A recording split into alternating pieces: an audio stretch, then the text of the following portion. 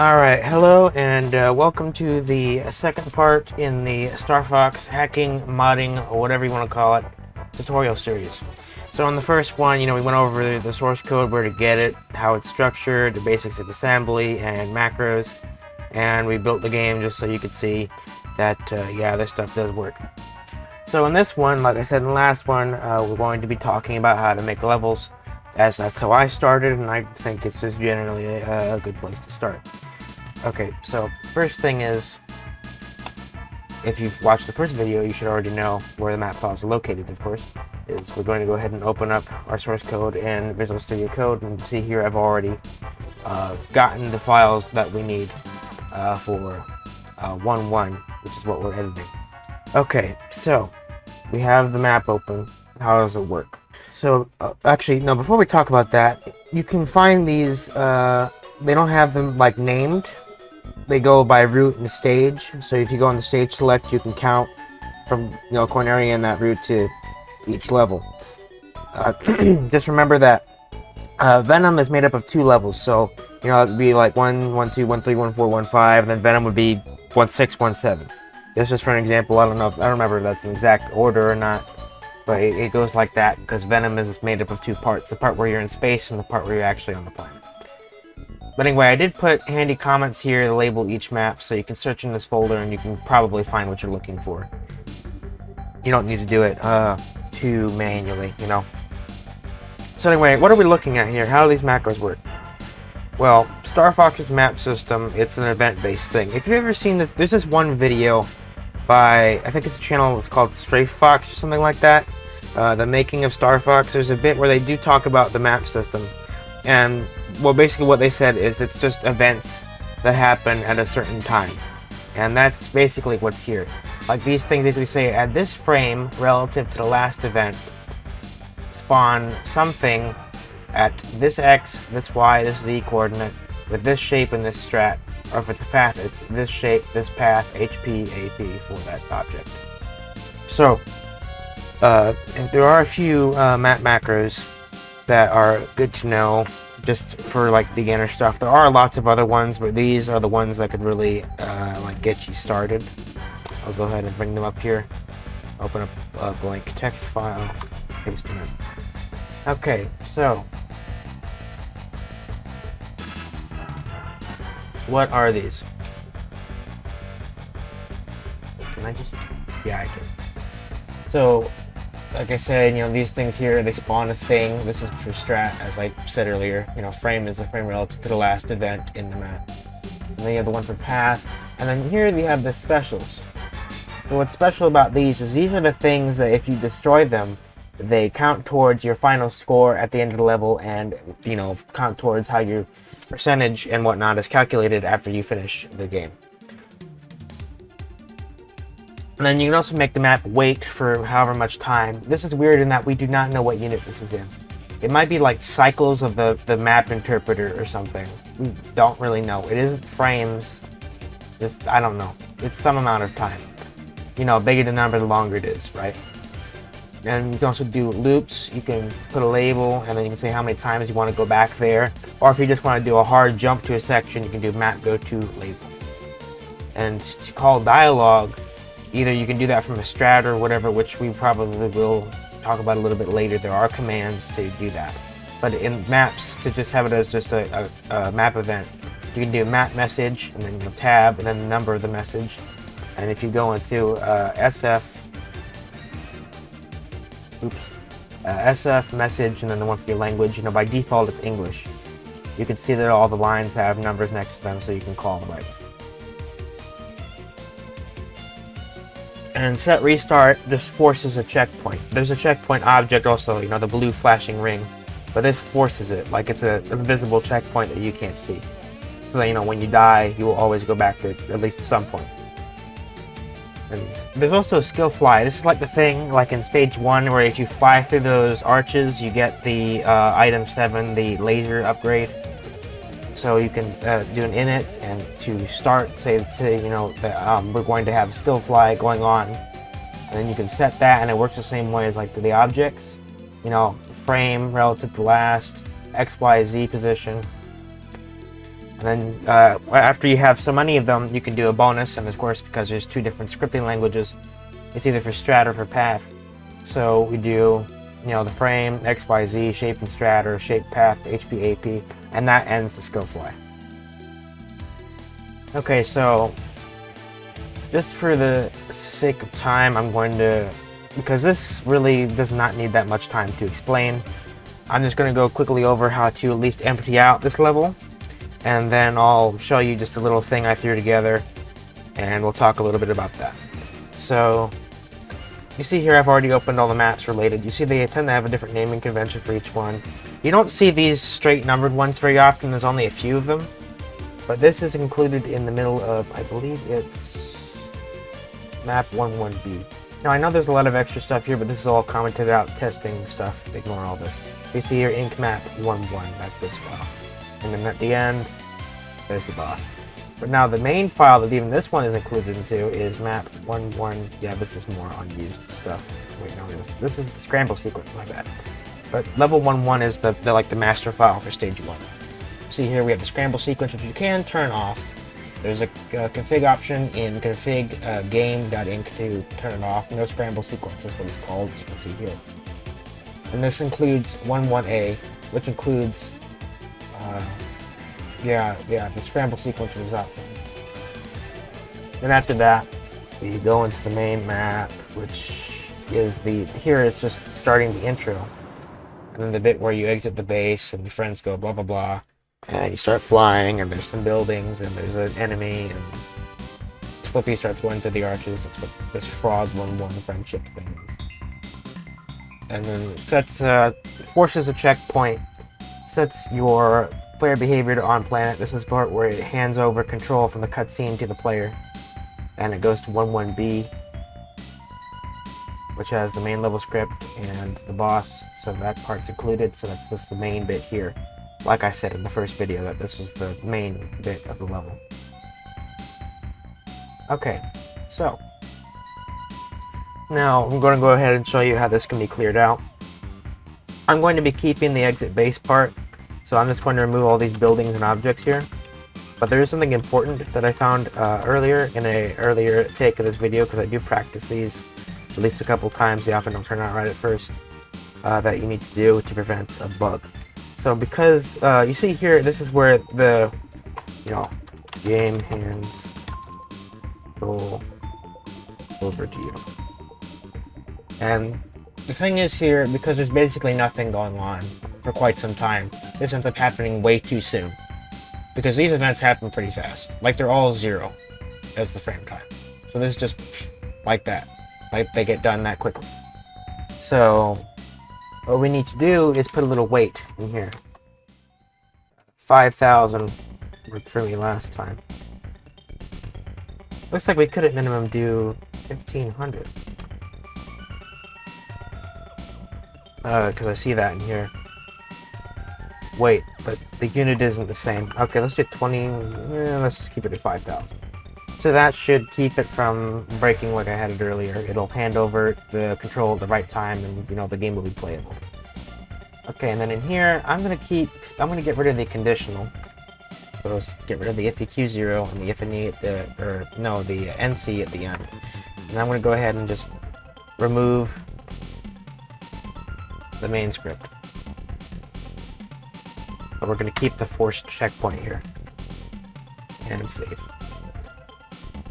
Okay, so just very quickly, how you would enter things in, just to show you how that works. I'm just going to add a couple of dummy objects in here. So, for instance, like this thing here, which is just a generic building. Now, one good thing to know about these, though, is that it seems like to have these both line up in the same place. What they do is they change the frame time, and the frame time also gets it to line up, and also it changes like the relative distance. Like yeah, like these repeating, the greater the frame delay relative to last would make them farther, lower, shorter. Duh. And another thing with these, though, is the coordinate system, which I should have talked about earlier, but that's fine. We can talk about it now. So the way Star Fox is it's not really... I don't know if there's any other games that handle it like this. I don't think Star Fox 64 even does it this way. But it's kind of backwards, I guess, something like that. So like, up on Y is negative, like towards negative, like lesser. And down is more, like positive.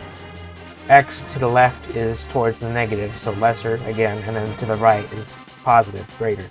And then for Z, positive is further away. I think actually does actually make sense. That's pretty normal. And then negative, you know, lesser is closer to you. It's like a Z at 2500 is closer than a Z of 5,000 or 50,000 or whatever. And you'll see here X left to right, Y up and down, forward and back. Because some 3D things, some games do have these axes do different things for whatever reason. Like Blender has Z be up and down. So anyway, just some dummy thing here. I'm going to make it have a rate relative to last 1500. Duplicate that a few times. 4 times. And we'll build the game.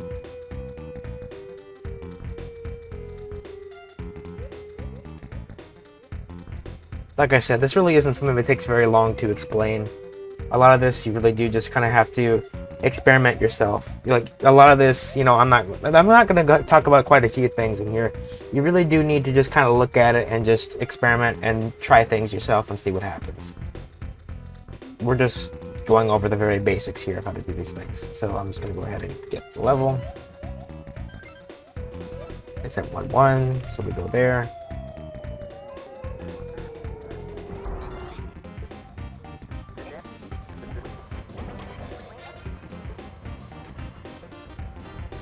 Wait. Oh, I know what's happening. I didn't fix the X coordinate, my bad. Go to 100, go to 100. But either way, though, you do get the idea. There are things in there. Go ahead and fix that real quick. And once we're done with this, I'll go ahead and jump cut to when I inserted a little thing I threw together. Just for demonstration purposes.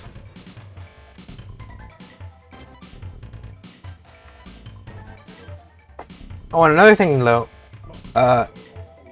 let's get this at the start before I talk, is that some maps, like the training, if you completely empty it out and let it run to the end, the game will hang. So to deal with that, what you do is you just make a little dummy loop. So like dot busy loop, you know, this sublabel, which sublabels start with a dot, they're just not recorded in the symbol list, basically. That's what this is saying. It just tells you assembler, don't bother saving this in the symbol list, this is just temporary. So we do just dot busy loop and then map weight like 2000. It can be even so much as just 1. We just need the map to be doing something. And then map loop, or no, wait, map, go to dot busy loop. You see here, that's what we've done. So this would keep it busy towards the end until you've like flashed it out enough for like say the training where you can have it just loop around endlessly. So instead you would have this at the start and then say map go to whatever the label at the start is. So anyway, yeah. Just go ahead and show this again and then we'll cut to my finished thing. So you can see there were objects in there. So anyway, just a moment and I'll have thrown a thing together and we'll show that off. Okay, we're back. I've written a little script, you know, that I prepared earlier, and I've put it in here and rebuilt the game. So we just go to 1-1 again, because that's what we changed.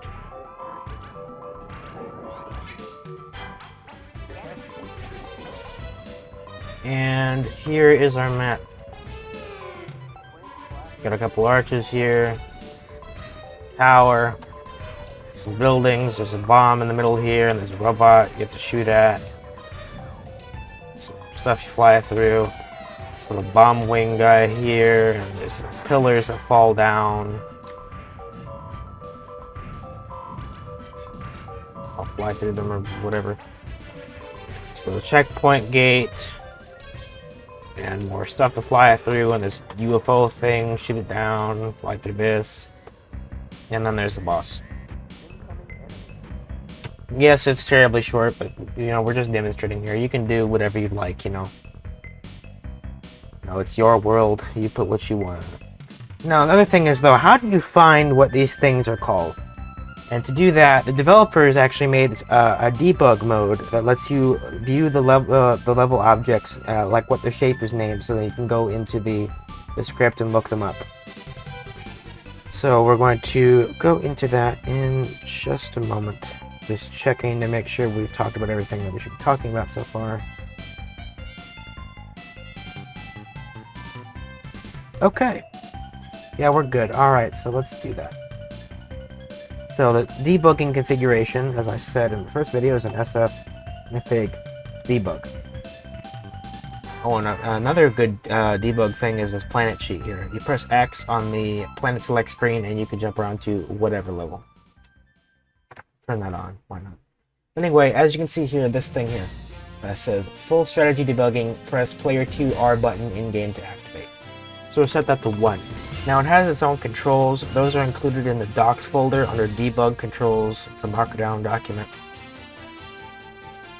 So as you can see here, entering player 2 R, exit is player 2 start. There's some stuff you can do in the player 1 controller to mess with the camera. Hold aim, press up, down, left, and right, out VY, VX, whatever. That's the camera position, I believe. And there's more things in player 2 controller. You can duplicate objects, you can exit, you can go scroll up and down because there's some fields you can temporarily mess with to move things around and things like that. But the thing we're interested in here is using it to get the names of objects, and also you may also want to get the position of them, though they are in hex. You have to put them through a converter. Sometimes I do use that, but again, what we're here for is just to use it to look up objects. So we have it set to on. Now we rebuild the game. Wait for it to go through the whole process of rebuilding. We should have no errors, and we're good. Okay. So now we go into the game. Wait for the game to hand over control to the player. Okay, now here's the magic thing. You press player 2 R. Boom, look at that.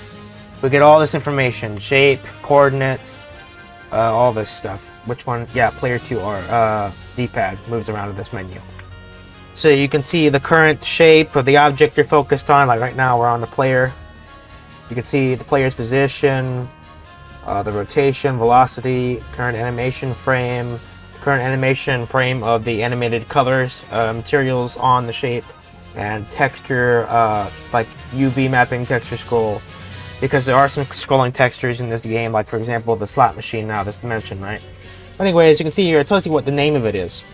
So I'll go ahead and press player 2 start to, oops, hold on. Sorry, I'm using the keyboard here. Is it K? K is player 2 start, yes. Okay. So anyway, let's say I wanted to find out what this arch was called, so let me go back. Press R on player 2 and then scroll around with L and R until I highlight the object. And you see here it's called arch_0. We would go into the level script then. Let's say this was just the vanilla one, whatever, arch_0. And of course, if you don't know, find is Control F. And there it is. And then we could take that and we could put it where we want it. Simple. So then you can apply this to any other level to figure out you know, what you want, the thing you want, what it's called, that kind of thing. And I believe that's really it. So all you'd have to do now is just sort of experiment and stuff. I'll just quickly go over why this is the way it is, I guess, if that might help you. So the reason why we have this repeating a lot is just to fill in the space. And I think I might have said this earlier, but the reason why this is 0 and this is 1500 is so there's a delay so that it lines up correctly. And then also so that, you know, it controls the spacing of them apart when they're put one after the other in pairs like this. So like I said, higher is further apart, lower is closer together. So I do that. And of course, you know, frame relative to last, X, Y, Z, shape, strat, or shape, path, AP, HP, AP rather, for that. And I put things, you know, in the order I want them. usually things here happen one after the other unless you have like a, like a map go to jump to somewhere. There's also a map GSR and RTS, which is if some maps, because the developers, like I said in the first video, split these up into files. That is so they can quickly jump to a map label and then go back to the main map. It's the same thing like with regular routines and just general assembly, but this is specifically for the map interpreter. Oh, and one extra thing. I mean, it's kind of advanced, but I figure it's good that you know about this. You can insert assembly directly into a map, and the way you do this is you do this map command: start 65816, and then you have your assembly. So just, I don't know, imagine this is some, I don't know, code or whatever. And then end 65816 ends the assembly block. So you can do that too.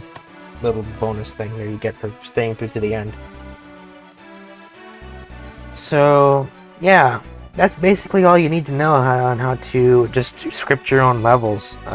So again, just experiment, fuck around and find out, see what happens, change things, look at how things are done, just learn, really. Hopefully this has told you enough to where you can start, making your own stuff. Maybe you'll make your own mini hack or something, I don't know. Because, I started doing this, and I was able to do quite a bit just changing levels around and just digging through some code and changing things and what have you to make those hacks. So, hopefully this at least gets you to start making something. In the next video, we're going to be talking about inserting a new background into the game. Because I mentioned, I believe in the first video, that there's a level background converter that takes a PNG and turns it into, a CGX and SCR and a color palette for the Super Nintendo to use. So we're going to be talking about Super Nintendo graphics, using the converter, getting the background into the game, and also more information about bgs.asm, which is the file that has all the background configurations and the environment configuration, and also sets the level music. So we'll be talking about messing with that too a little bit. So anyway, hopefully you can start making some things with what you know now. And remember, you can also change the configuration quite a bit to change things too, the game behavior and stuff. So hopefully, you can, again, start making some things. And okay, so just at the end here, just one more thing. If you need any help with this or anything like that, please don't hesitate to ask, but don't contact me in the comments. It's too hard to really help that way. So if you do need any help, what I would do is, I believe in the About page on my channel, there's a link to my Discord server. Go through there, there's a links channel, and go to Can-Do server. So that's where all the, StarFox smart people are. And, if you have any questions or you're having problems or whatever, go ask there. Please do not hesitate to ask. There's really no reason you should, not be asking for help. If you, need anything, please do ask. And that's it. Goodbye. Happy hacking, and see ya.